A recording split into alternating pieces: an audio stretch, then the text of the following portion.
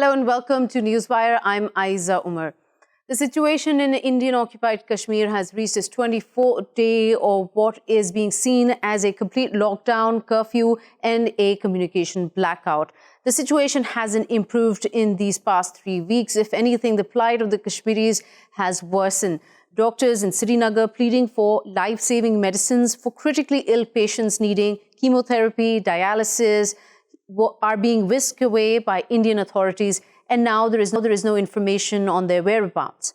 Meanwhile, activists and political leaders who are trying to speak or have any opinion on the situation from Kashmir are being picked up, either thrown behind bars or kept under house arrest. Harrowing stories of mothers wailing for their missing sons are surfacing through international media reporting from the region. Again, their whereabouts of these boys, young boys, after having been picked up by security forces, there is no information where they are. Pakistan's Foreign Minister Shah Mahmood Qureshi today highlighted this dire shortage of medicines and food. He also said that India should allow international observers in Indian-occupied Kashmir, just like they are allowed in Azad Kashmir. But instead, the Indian government continues the same rhetoric, all is well. Yet, as activist Shaila Rashid points out, if all is well and Kashmiris are happy, then why are they being arrested for expressing their opinion? And on this ongoing situation, we will be getting the opinion of our experts who are joining us now. Let me introduce our guests. From the Islamabad studios, Lieutenant General Asif Yaseen Malik, the former Secretary of Defense and former Corps Commander of Peshawar. Also, we have with us from Islamabad the Executive Member of All Parties Hurriyat Conference, Ms. Shameem Shawl.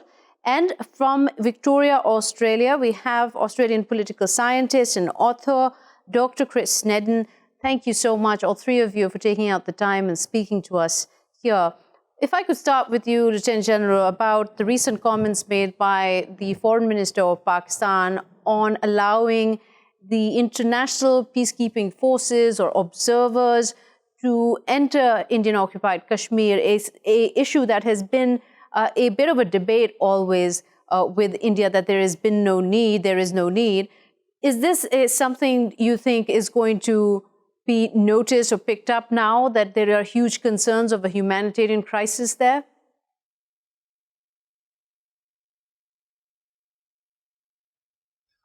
Thank you for inviting me. I think this is not a new issue. The UNMOGIP, the United Nations Military Observer Group in India and Pakistan, was thrown out of Kashmir by the Indians long time back.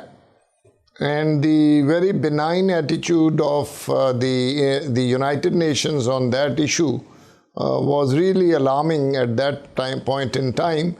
And today, I think our stance is vindicated when we kept the observers in Pakistan and Indians threw them out. Had they been there, they would have been a reporting channel for the global systems. And an independent reporting system would have existed in the form of the UN observers. But I think the foreign minister has raised a pertinent issue, which would once again put the Indians at a back foot. But I think my suggestion is slightly different to that. We must also now talk of humanitarian aid to these people. You know, before anything happens, these people are already in a humanitarian calamity.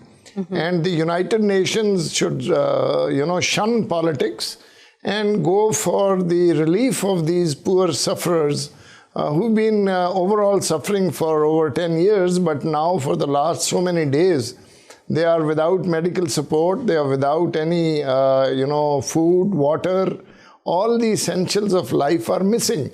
Right. So I think before the politics is played by the United Nations and all other players in the game, there is a very important alarm that is ringing, and the world has to look at it.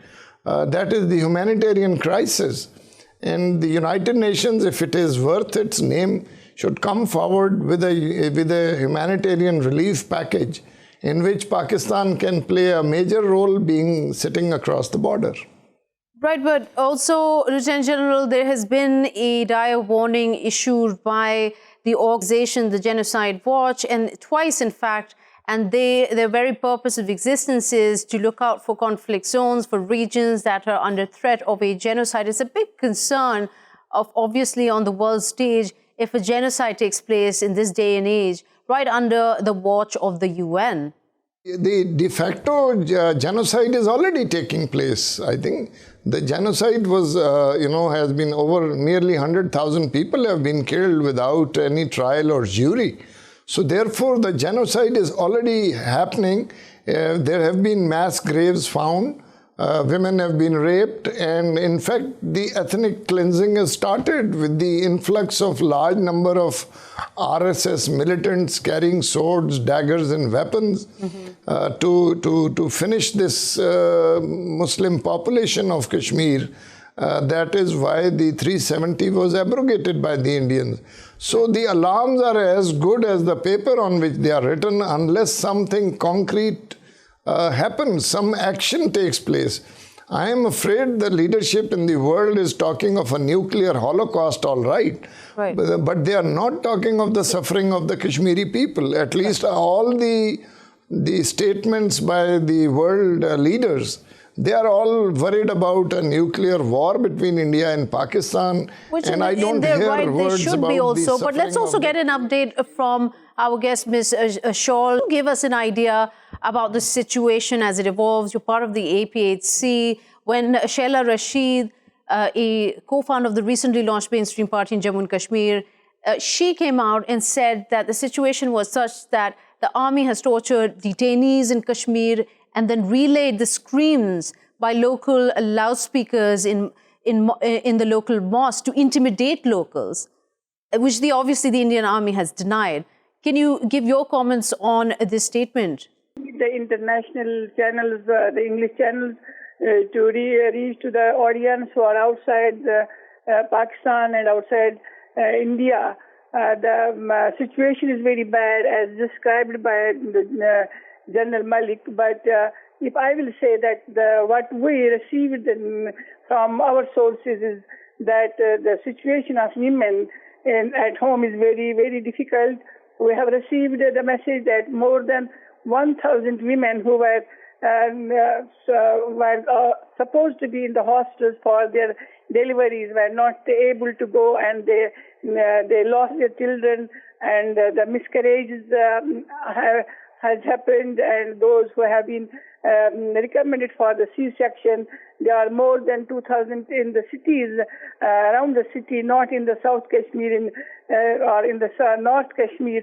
They are not supposed to reach because the doctors are not allowed to go to the hospital without, they have no passes, the paramedical stop is not there, and the medical aid is number one. Number two, it is the war against the fourth generation. The babies who are yet to come in this world are being killed in the womb of their mothers, or these abortions is a very, very serious issue besides the shortage of food.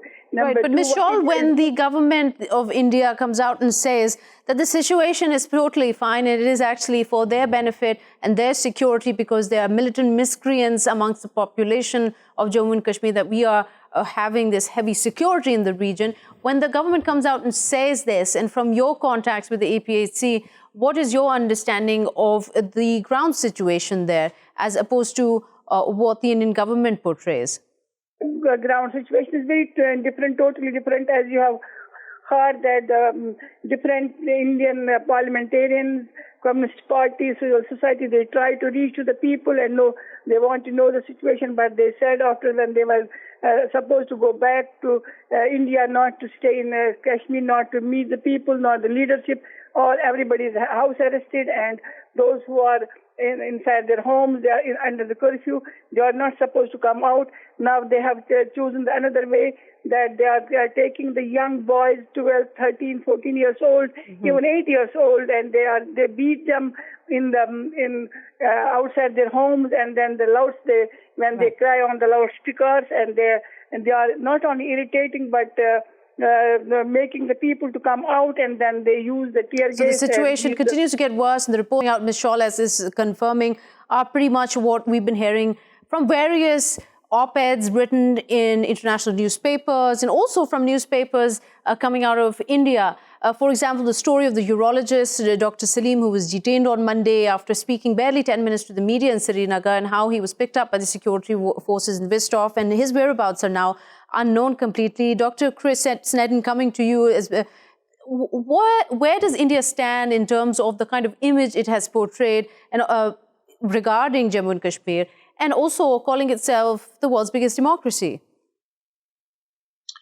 Yes, India, I don't think would be very happy with the way the world is looking at what's going on in Kashmir. But from my point of view, it's very difficult to know what's going on there. Yes, clearly there is a media blackout, and there's been people, allegedly 1,600 people, political activists imprisoned and detained, etc., and all of those other things that your other speakers have mentioned.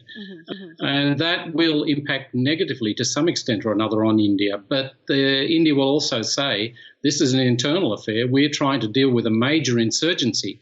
And in calling it a genocide, it's not a genocide, it's an insurgency. It's an anti-India insurgency that's been going on violently since 1989. And India would say, we are trying to deal with that. Lieutenant General, talking about the whole debate over whether it is still a bilateral issue, because that's what Prime Minister Modi said to US President Donald Trump recently, that this is a bilateral issue. We don't need to pull in any third country. But at the same time, political leaders in India have refused to have any conversation on the matter, to the point where any kind of incentives that were remaining have been taken away. I think Indians are a bit confused on this, or they're trying to confuse the world, because if we take them on their stance of bilateralism, if not earlier, at least for the last 1 year, this government has gone, bending backwards to ask for a bilateral dialogue. And if the dialogue doesn't take place, then where does bilateralism go? So therefore, if Lahore Declaration or the similar agreement or whatever they are quoting, that is of no use unless they start talking on it. Why bilateralism has been put aside by Pakistan is that bilateralism is not even acceptable to the Indians. If the Kashmir issue is not to be discussed in bilateralism, then what is it all about? So therefore, Indians cannot dictate the agenda of bilateralism and then force it down the throat of Pakistanis and Kashmiris. So that is the whole issue. That is why the government of Pakistan has been harping on intervention or help from third-party mediation. So therefore, I think bilateralism itself has already died. There is no scope of bilateralism, and in any case, let me correct my friends that no agreement, whether it was Shimla or Lahore agreement, mentioned the United Nations resolutions to be annulled in view of the new agreements. It just said that hereon we will talk bilaterally. But nowhere was it said that we do not sort of follow the UN resolutions. In fact, if you read the Shimla agreement, it says we will operate within the Charter of United Nations. So therefore, I think we should be very clear on the Indian, line that they are trying to follow. And let me also clarify about the stance of the terrorists going from Pakistan into India across the line of control. They have put all sorts of fences. There's a 5-kilometer no man's land where no population is allowed to go in. There is a night curfew. There is a fencing. There are 600,000 troops guarding that line. And let me also say that almost in the last 5 to 7 years, not a single concrete evidence has been produced by the Indians to prove that Pakistan's border or territory or Azad Kashmir was being used for sending people into Indian occupied Kashmir.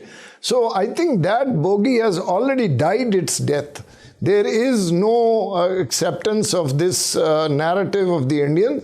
Yes, maybe 10 years ago they could, run let's that not narrative. forget Now also that we're talking about a region, Lieutenant General, that this is a highly militarized zone. Now, one of the most militarized zones in the world, Dr. Snedden, when we talk about the number, just the sheer number of military personnel that are right now standing guard over 8 million so people of this valley, it brings into concern here then what is the need of this kind of a communication crackdown and this blackout for the people at least. I mean, the government announces that the schools are open, but there's absolutely no attendance. The people of Kashmir are too afraid to send their young children to school here. So what, in your opinion, is happening and why is India doing this in terms of this complete blackout? Well, it's fairly obvious. I think India has been thinking about making these changes to abrogate Article 370 and 35A for some time, and they realised that this was going to be unpopular within certainly the Kashmir Valley. And Article 35A, the revocation of that is also not necessarily popular with all Jammuites or Ladakhis either, where they also fear people coming in from outside to buy their land. But the Indian government's not foolish. They realised that people wouldn't like what was going on, and that if they can control this area directly, which they've done by all of these impositions of curfews and various other things, then that would make their job easier, which is why they've also downgraded this state to 2 territories, because one's going to be ruled by a lieutenant governor, which is Ladakh, and the other's going to have a legislative assembly, which is going to essentially advise a lieutenant governor, which makes New Delhi's control of these areas significantly stronger. And they would say, again, that that is to do with controlling this insurgency and allowing greater economic opportunities for Kashmiris. It remains to be seen whether the latter, the economic opportunities for Kashmiris, actually comes into being, but the insurgency is ongoing. And I don't necessarily agree with what New Delhi's saying, but this is New Delhi's stance, that some of these terrorists are coming from Pakistan. Right. Equally, though, after Burhan Wani, there's a lot of Kashmiris joining militant groups as well. So there is significant mistrust, dislike within the Kashmir Valley of India and what it's doing. So when critics come, Dr. Snedden, and say that essentially the blackout and the communication blackout and the heavy militarized sort of movement there, or the military, extra military that was sent there, the reason behind that is that obviously the Kashmiris weren't looking for a demographic change. They would never take it lying down. Could, in retrospect, Prime Minister Modi have approached this, maybe taking them in consultation? Wouldn't that have had a completely opposite effect to what is happening now? Well, he should have consulted them. And unfortunately, one of the things that he's done by putting various pro-Indian leaders under house arrest, he's just antagonised people like Omar Abdullah and Mehbooba Mufti, who are pro-Indian. So I don't know that that was terribly wise. The presidential orders say that the president has consulted the J&K Legislative Assembly, but that's been under governor's rule initially and then president's rule since December. So basically the president consulted himself. So they haven't been consultative and they've crashed through this legislation. They have been decisive, they have been creative, but they certainly have not been consultative, and that is going to be an ongoing challenge for India, how to bring the Kashmiris, if they can, back into some sort of a fold whereby they feel they want to be with India. Or be with India, right. And Lieutenant General, to you on this, now even Prime Minister Khan has recently in his address to the nation said this, about this being a huge responsibility of the UN to take notice, to take action with 8 million people under complete house arrest and now facing huge food shortages and medicine shortages. Where do you see this moving forward, especially with Pakistan's diplomacy and moves on Indian-occupied Kashmir?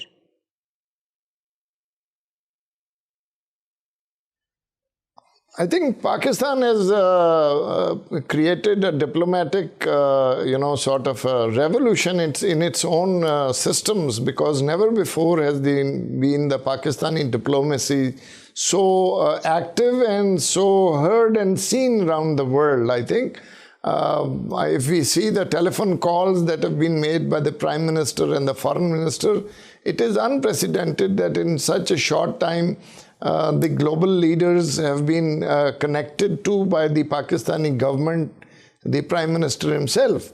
So I think we are witnessing a new form or a new life of diplomacy in Pakistani systems, and which is very encouraging. And whatever notice is being taken around the world, we seem to be the lone voice who is sort of raising these issues. And obviously, after that, the media and everything that is reporting, the world leaders are compelled to take notice of it. My suggestion to the government is one more in that aspect, that since most of these countries are democratic countries, so the public opinion matters. So in parallel to contacting their leadership, I think we have to go to the people of these countries, so that people are the opinion makers and opinion drivers. So if the people are made aware of what is happening in Kashmir, they will sort of knock at the door of their own leaderships to go and do something about the issue. And hopefully the United Nations General Assembly will provide that opportunity to the Pakistani political leadership to bring this face-to-face with world leaders. Well, this is the time where we're going to thank you both, Lieutenant General and Dr. Chris Edens, for taking out the time to speak to us. We're going to take a quick short break and we'll be back.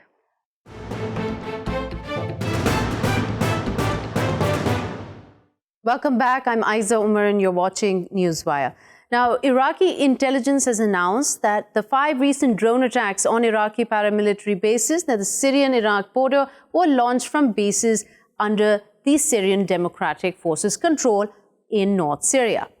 SDF is a US-backed militia group in Syria embroiled in the Syrian war. But this is not the only attack Israel has been accused of in recent weeks. Hezbollah leader Hassan Nasrallah blames the attack on its media office in Beirut on Israel, and this was through a drone attack from Israel, and he swears revenge. We'll be listening to what he said shortly, but first let me go ahead and also apprise you of the rest of these attacks that have taken place in Syria. Israel attacked a paramilitary group of Iran's IRGC in southeast city of Damascus. And beyond that, what we know is that Israel has publicly acknowledged this, with Prime Minister Netanyahu trying to justify it as a preemptive action against pending drone strikes by Iran. So first, let's take a listen to what Prime Minister Netanyahu had to say, and then soon after you will also hear the Hezbollah leader and his statement. If someone rises up to kill you, kill him first. In a complicated operation, we revealed that Iran dispatched a special unit off to Syria to kill Israelis on the Golan Heights with explosive drones.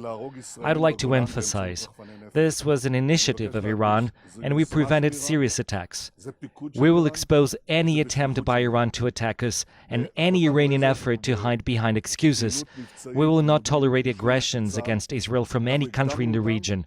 Any country that allows its territory to be used for aggression against Israel will face the consequences, and I repeat, the country will face the consequences. بس أنا بشكل واضح جدا وبعرف في ناس حينزعجوا خلي ينزعجوا من الآن فصاعدا نحن سنواجه المسيرات الإسرائيلية في سماء لبنان. المسيرات الإسرائيلية عندما تدخل إلى سماء لبنان سنعمل على إسقاطها. Now, tensions in the Middle East have, of course, due to these recent events, especially risen, but they have been rather tense since US-Iran standoff after US President Donald Trump withdrew himself from the Iran nuclear deal last year. Now, with these Israeli attacks, there's one thing in common. Each time, Iran seems to be the center here. What is Prime Minister Netanyahu planning, especially ahead of elections in Israel, where he is contesting neck-to-neck with former Israeli Army Chief Benny Gantz? So we will be getting the viewpoint here of our experts who are joining. We have with us from Tehran, Mr. Mohammad Marandi, an analyst, and also a journalist joining us from Beirut, Mr. Ali Musawi. I would like to come to you first, Mr. Marandi. At the very center of this conversation seems to be Iran. Now, while Israel has accepted or acknowledged the responsibility of one of these attacks, the rest, the indicators are all pointing towards Israel. and also the interests that are common here is Iran. What do you make of what Prime Minister Netanyahu is trying to prove here? Well, first of all, Netanyahu is out to be reelected. And the belief in Tehran is that these attacks are being carried out so he can be reelected. Otherwise, he is definitely acting in his own personal interests and not in the interests of the regime, the Israeli regime. Second of all, this is a myth that the Israeli regime constantly promotes, and Western media analysts repeat because they are so closely affiliated to Israel, and that is that he is attacking Iranian forces. The Israelis have not killed a single Iranian in the last year and a half. Only on two occasions in the last few years did they hit Iranians. One was by mistake a few years ago near the border. The Israelis acknowledged they made the mistake. And second of all, the second time was a couple of years back when they struck the Syrian airbase T4, the T4 airbase, where they killed 7 Iranians who were part of a drone team that were fighting against ISIS and Al-Qaeda. And we know from what Israeli officials have said repeatedly that the Israelis have been supporting ISIS and Al-Qaeda. In fact, for years during the conflict in Syria, the border between the Golan Heights, the occupied Golan Heights, and those areas controlled by the Syrian government were controlled by ISIS and Al-Qaeda. Their injured were treated by the Israelis, as the former head of Mossad admitted. The former head of Israeli military intelligence acknowledged that they prefer ISIS over the Syrian government, and they were supporting ISIS and Al-Qaeda. But Mr. Marandi, when Prime Minister Netanyahu comes out and gives this statement that this was a preemptive strike, and I just want to read off of what he said: if someone rises up to kill you, kill him first, saying that Iran was already planning a drone strike. What do you make of that? Well, again, that was nonsense. He did not strike a base. He struck a building. And there were 2 young Hezbollah members who were murdered as a result. There was no attack. It was not near the border. And you cannot hide casualties in today's world. All Hezbollah members and Iranian soldiers, they have cell phones, they have smartphones. If someone is killed within or martyred within a couple of hours, their pictures will be all over the internet. So if the Israelis have really been panicked. But then it really raises the question here, Mr. Marandi, can Prime Minister Netanyahu right now afford to take this? I mean, it's a bit of a gamble, isn't it, ahead of the elections? I mean, why would he risk on a full-on war? Because there is, of course, a possibility of the Hezbollah of Iran responding, retaliating. Well, again, I have to stress that contrary to what Netanyahu says, he did not strike an Iranian base. He's lying. And usually when he strikes Syrian bases, he says they're Iranian to sort of justify this illegal and barbaric act. In this case, though, he did murder 2 young Hezbollah members. And yes, that is a dangerous escalation. And Hezbollah is going to respond. Sayyid Hassan Nasrallah, the leader of the Hezbollah movement, he said that they're going to respond.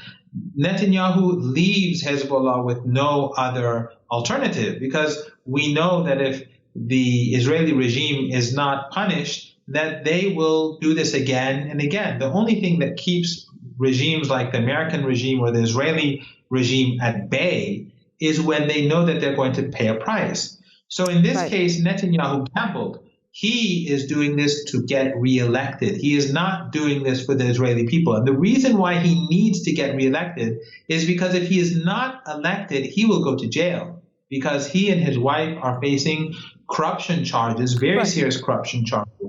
Yes. And so I want to bring you here, Ali Musawi, to get your take on this. You're right now located in Beirut, and it was in the outskirts or within the city limits, I believe, in Beirut, where this drone attack took place. 2, in fact, one exploded in the air. The other one was straight on an attack on the media offices of the Hezbollah group. But when we see this and we see the Hezbollah leader coming out and saying that we will take revenge, and they seem to be biding their time, as they said again recently in this earlier statement, is there a big concern here of what kind of retaliation that might be?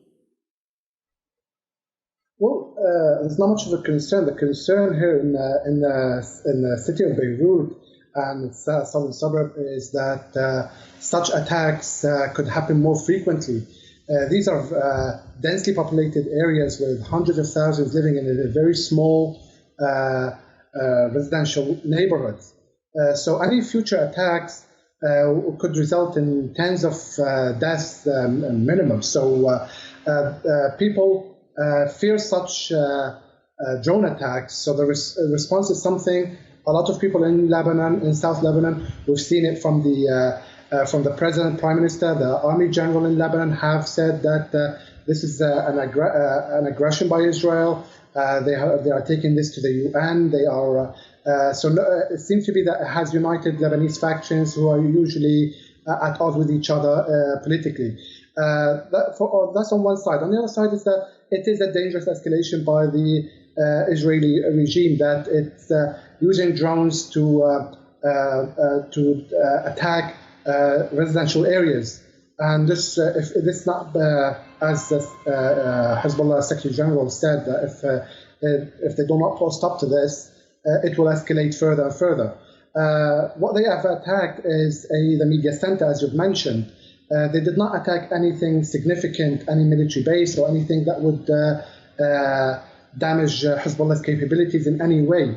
They attacked a media center when it was closed at night, clearly showing that they are testing the waters in Lebanon to see how far the Zionist regime is willing to go to attack in Lebanon. No, but it must be a big sort of a very disturbing throwback to recent history of what unfolded in 2006, where thousands of Lebanese lost their life to the war with Israel. Well, no doubt that the images of the war are still fresh in Lebanese people's memories.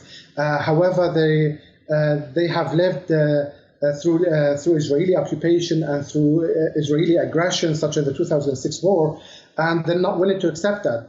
They see that Hezbollah's presence in Lebanon is a deterrent to any future war, and they see also the threat by Hezbollah Secretary General as well as the commanders that they will retaliate soon, only they will not announce when, showing that this will be another deterrent to any future aggression. Right. There have not been any real attacks against Lebanese targets since 2006 war. Right. So this brings me to my next question, Mr. Musawi. Then do you think Prime Minister Netanyahu, besides what Mr. Marandi also said, was a part of what Netanyahu always does before the elections is escalate tensions, violence? Besides that, do you think this could also be a kind of a message he's throwing out there for a kind of a larger conflict here, which is between US and Iran because of Iran's relationship with Hezbollah? Hezbollah and Iran have always had very, very strong relationship. It's not something new, and it has been tested in us that such relationship will not be broken by wars or attacks. We've seen the war in Syria was an attempt to dislodge this, as they call it, the axis of resistance. And they seem to have failed in Syria. They failed in 2006 war. And this is just one of the latest attempts, if it is one of those, to try and create some sort of distance between Hezbollah and Iran. But however, also, right. Sorry, go ahead. Yeah. Go ahead. It seems that Israel does, when they do such things, they have multiple reasons for it, multiple goals. Netanyahu has his own personal goals, which is the elections, as well as avoiding going to jail, as well as the Israeli military testing the limits, Hezbollah's limits, how far they are willing to go. Of course, we've seen from Sayyid Hassan Nasrallah's speech that they're not willing to go any further because not only have Hezbollah threatened that any attacks against Hezbollah targets, whether anywhere in the world, there will be equal retaliation against Israeli targets anywhere. So the two fighters who were killed in Syria, although the Israelis have said that it was an Iranian base, even though it was a neighborhood south of a residential neighborhood south of Damascus, it shows that Hezbollah's threat that they will attack Israeli soldiers on the border from South Lebanon. That's one. The second one is that they have threatened that they will take down any drones over Lebanese sky. So this shows that this is what Hezbollah will be responding with. Right. Now we'll see how far Israel is willing to take it, if they are willing to go to war or not. All right. So, okay, Mr. Marandi, then I see the similar question here. Is this a kind of a manifestation of a bigger conflict? What was actually happening between US and Iran, that standoff, that impasse that is still there? And we've seen Mike Pompeo, or the White House, also give complete support to Netanyahu in the past few days of this attack here in Syria. Well, yes, there is a broader conflict taking place in the region. But the Israelis are very vulnerable. The Israeli public likes it when their government strikes targets in Gaza and elsewhere, and they like seeing Palestinian casualties. But Hezbollah is very different. Hezbollah is a very powerful force and a very dedicated force. And the Israelis know that a war with Hezbollah is not a war that they can win.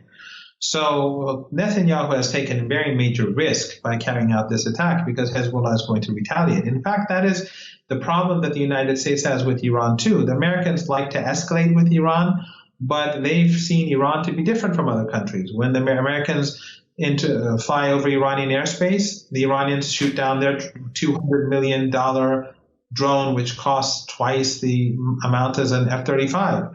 Or when the Americans order the British to take an Iranian super oil tanker, the Iranians go and take a British oil tanker. So the Americans now recognize their limits. The Israeli regime recognizes its limits. And in fact, what Netanyahu did in Iraq is quite foolish as well, because he's basically united the Iraqi population against the United States and Israel, because the attacks in Iraq couldn't have taken place without American support and American consent, as Iraqi intelligence is now revealing.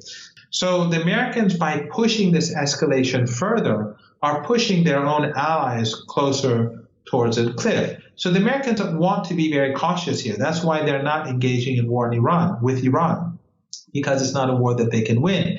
And the same is true with Israel. It's not a war that they can win. On the other hand, Hezbollah wants to retaliate proportionately to teach the Israelis a lesson. But the difference between Hezbollah and Israel is that Hezbollah doesn't want to fight a war, but it is willing to fight a war. So it's not willing to instigate something, but will retaliate. But to hold that thought, Mr. Marandi, I'd like to introduce another guest who's just joining us. We have with us Mr. George Szamuely, an analyst. Thank you so much for coming back to Newswire here. You've heard the conversation. You've heard the comments of Mr. Marandi. There's also, I want to bring into, as a reference, a meeting that recently took place last week, I believe.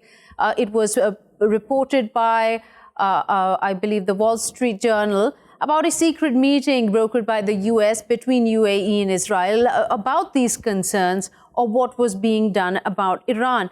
What's your take on this with the recent escalation of tensions here in the Middle East?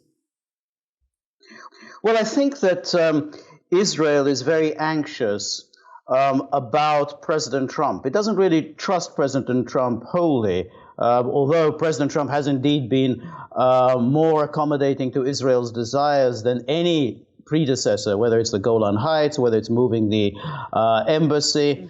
But they don't really trust him. They feel that he might succumb to the temptation of working out some kind of a deal with Iran, particularly as he has a tough re-election fight ahead of him. Trump might decide that he'd be better off to get some kind of a big deal with Iran rather than continuing this conflict. So Israel, I think, is very anxious, and they were very anxious about what happened in Biarritz with the arrival of Iran's foreign minister there, and Trump suggesting that maybe he's open to a meeting with Rouhani.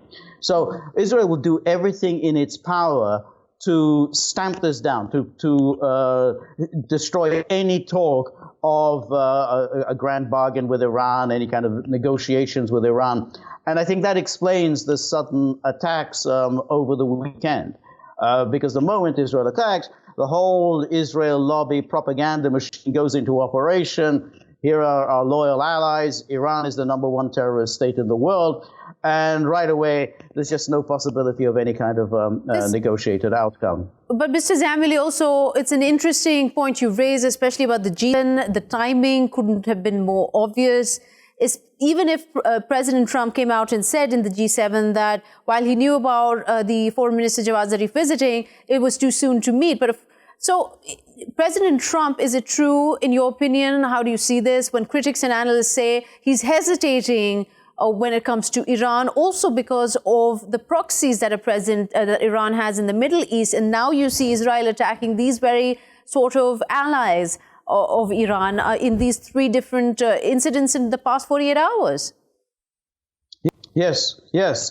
And that's why I think the Professor Marandi is absolutely right, that it is indeed a real problem for Israel and the United States that Iran is in a position to wage an asymmetric war. I mean, it has its allies, whether in Yemen or in Iraq or in Syria or in Lebanon, all of which could attack U.S. positions and Israeli positions, and what makes their position quite strong.